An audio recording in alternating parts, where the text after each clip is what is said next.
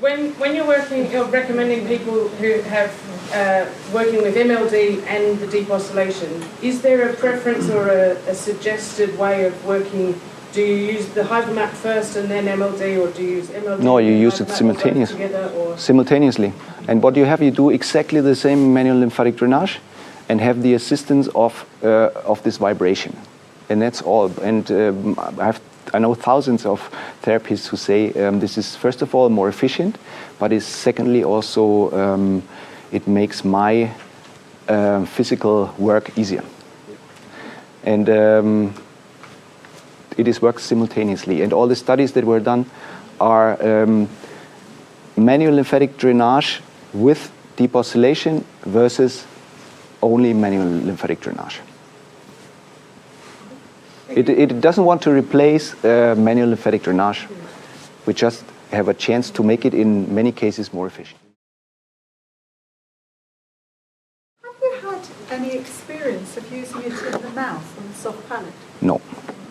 It is very difficult to use it on the mouth, in the mouth, because the electrostatic effect only installs in dry conditions.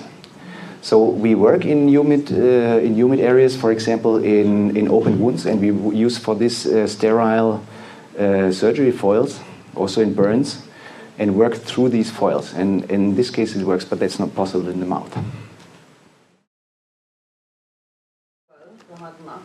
So sometimes when it doesn't work, apparently there's some thinking that if somebody's dehydrated, then that is the case. Do you think that is the case, and problems can that be resolved? With gloves or with applicator? Yeah, gloves. Gloves. Well, if you use the gloves, it can be on both sides. It can be on the therapist side and on the patient side. And what happens is, for example, if one of them is excited and is sweating, even if you don't see it, this makes the effect much less.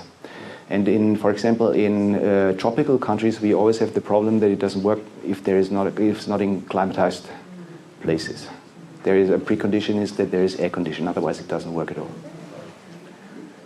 But what can help is if you first of all rub, if there's any humidity visible, the patient, if you use powder, and what helps also if you give the patient 20 minutes to relax.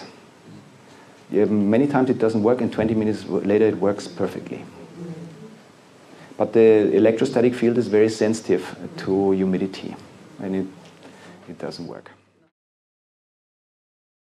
Ever since that claim in America about the use of the talcum powder, most of my patients have become a little bit hesitant in the use of talcum powder, a little bit like a reflective therapy to use instead of the talcum powder. Do you refer to what was recently published about the talcum of Johnson & Johnson? Yes. Honestly speaking, I learned about this 2 days ago. And this is very serious. What we need to see now is if the talcum used in the States and in Europe is the same. This is one question. But in any case, it will be necessary to look for an alternative. And this is what we will do in the next days. But this is not so easy because we need to try if it really works the same way. And we need to try if it's in the same way biocompatible. This is a very important aspect nowadays from the regulatory side. But we'll take this very serious now. Whether you have any evidence of use with clients with MS, because you did mention muscular spasm. There is some feedback from therapists who have done this. There is one,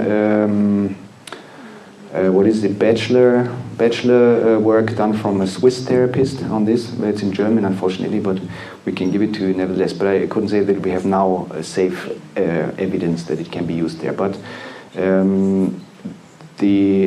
we have not only in MS, but also in tetraspasm and other devices, good results. In terms of reducing the spasm and improving trophism in the area, but it's not. We have no evidence of any kind in this area.